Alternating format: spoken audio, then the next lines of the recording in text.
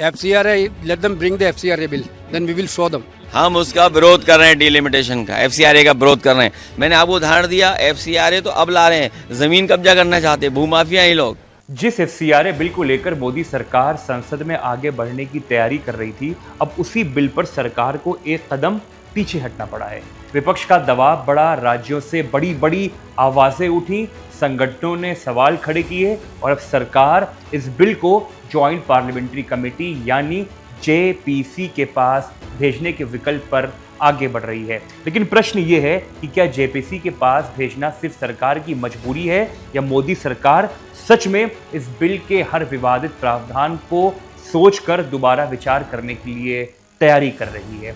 FCRA यानी foreign contribution regulation act Bharat में विदेशी चंदे और विदेशी योगदान को रेगुलेट करने वाला कानून है और सरकार का तर्क साफ है कि विदेशी फंडिंग में ट्रांसपेरेंसी यानी पारदर्शिता, जवाबदेही और राष्ट्र सुरक्षा सुनिश्चित करना जरूरी है। इसी उद्देश्य से एफसीआरए अमेंडमेंट बिल 2026 लोकसभा में मार्च में इसी साल पेश किया गया था। प्रस्तावित बदलावों में उन संगठनों के विदेशी योगदान और उनसे जुड़ी संपत्तियों की निगरानी, प्रबंधन और डिस्पोजल के लिए एक फ्रेमवर्क बनाने की बात है, जिनका एफसीआरए सर्टिफिकेट समाप्त हो जाता है उनके लिए।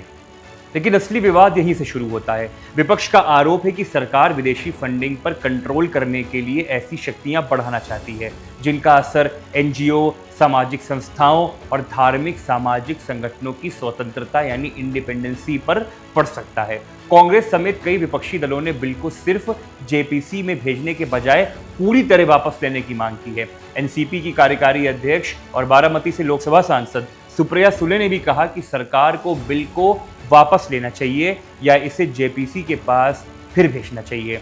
तमिलनाडु से लेकर पूर्वोत्तर तक यानी नॉर्थ ईस्ट तक इस बिल को लेकर विरोध की आवाज तेज हुई है। मिजोरम के मुख्यमंत्री लाल दुहोमा और नागालैंड के मुख्यमंत्री नेफ्यू रियो ने भी बिल की व्यापक समीक्षा और जेपीसी स्क्रूटनी की मांग की है। खासकर नागालैंड में चर्च और सामाजिक संस्थाओं पर इसके संभावित प्रभाव को लेकर चिंता जताई गई है, क्योंकि तमिलनाडु की बात करें, साउथ इंडिया की बात करें या नॉर्थ ईस्ट की बात करें, वहां पर क्रिश्चियन पॉपुलेशन बड़ी तादाद में है। यानी मामला अब सिर्फ दिल्ली की संसद तक सीमित नहीं रहा, राज्यों के मुख्यमंत्री, विपक्षी दल और अलग अलग सामाजिक संगठन भी इस बहस में उतर चुके हैं और मोदी सरकार के लिए ये राजनीतिक मुश्किल के तौर पर बढ़ाने का काम भी कर रहे हैं। सरकार अगर कहती है कि बिल पूरी तरह पारदर्शिता और राष्ट्र सुरक्षा के लिए है, तो विपक्ष पूछ रहा है फिर इतनी बड़ी आपत्तियों के बावजूद इसे जल्दबाजी में आगे बढ़ाने की आपको जरूरत क्या है। और यही वजह है कि अब मोदी सरकार की रणनीति बदलती हुई दिखाई दे रही है। 11 अगस्त यानी आज की रिपोर्टों के मुताबिक सरकार एफसीआरए बिल को जेपीसी के पास भेजने का प्रस्ताव विपक्ष के सामने रख रही है। लेकिन विपक्ष अभी भी सिर्फ समीक्षा से संतुष्ट नहीं है, सेटिस्फाई बिल्कुल भी नहीं है और बिल की पूरी वापसी की मांग कर रहा है। और यहाँ मोदी सरकार पर सबसे बड़ा राजनीतिक हमला यही है, जब बिल में इतना भरोसा था, इतना विश्वास था, सब कुछ था, तो अब जेपीसी के पास जाने की जरूरत क्यों पड़ी। सरकार की तरफ से जवाब है, ये बिल विदेशी फंडिंग को खत्म करने के लिए नहीं बल्कि उसे बेहतर तरीके से लागू करने के लिए, रेगुलेट करने के लिए लाया जा रहा है। गृह मंत्रालय का कहना है कि एफसीआरए का उद्देश्य लेजिटिमेट इंटरनेशनल कोऑपरेशन को रोकना नहीं बल्कि विदेशी योगदान के इस्तेमाल में कानूनी कंप्लायंस और अकाउंटेबिलिटी, जी हाँ, अकाउंटेबिलिटी को सुनिश्चित करना है।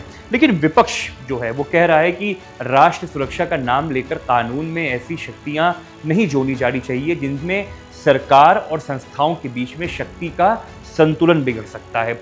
बाकी विपक्ष का मानना है कि ये जो एक बैलेंस है वो कहीं ना कहीं बिगड़ने का काम हो रहा है। अब जेपीसी में जाने पर बिल के प्रावधानों पर विस्तृत चर्चा हो सकती है, विपक्ष अपनी आपत्तियां रख सकता है, विशेषज्ञों और स्टेक होल्डर्स की राय ली जा सकती है और सरकार को भी अपने प्रस्तावों का बचाव करना होगा। यानी जिस एफसीआरए बिल को मोदी सरकार संसद में आगे बढ़ाना चाहती थी, अब उस पर खुद सरकार को विस्तृत संसदीय जांच की तरफ कदम अपने बढ़ाने पड़ रहे हैं। विदेशी फंडिंग पर निगरानी जरूरी है या नहीं, इस पर बहस हो सकती है, लेकिन लोकतंत्र में ये सवाल भी है कि निगरानी की ताकत आखिर कितनी होती है और उस ताकत पर निगरानी कौन रखता है और किस तरह रखता है।